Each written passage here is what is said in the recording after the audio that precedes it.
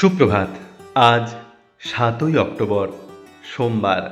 আজকের দিনে আমাদের প্রধান চিন্তা থাক আমরা যেন এমন সমগতি হই যে আমাদের দিকে তাকাইয়া মানুষ নতুন শক্তির স্পর্শ লাভ করিবে।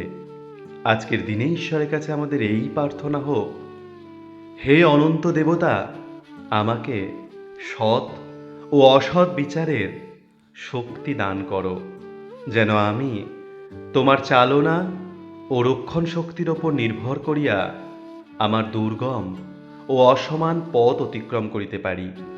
আমার মধ্যে তুমি এক নতুন বিশ্বাস এবং আত্মনিবেদনের প্রদীপ জ্বালাও। কখনো যেন আমি নিজের ইচ্ছার অনুসরণ করিতে না চাই, বা নিজের জীবনকে আমার অভিপ্রায় অনুসারে গঠন না করিতে চাই।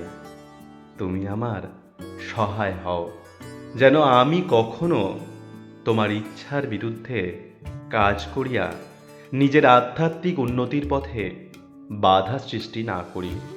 তোমার মধ্যেই যেন আমি আমার শান্তি খুঁজিয়া পাই। আজকের দিনটি আপনাদের খুব ভালো কাটুক।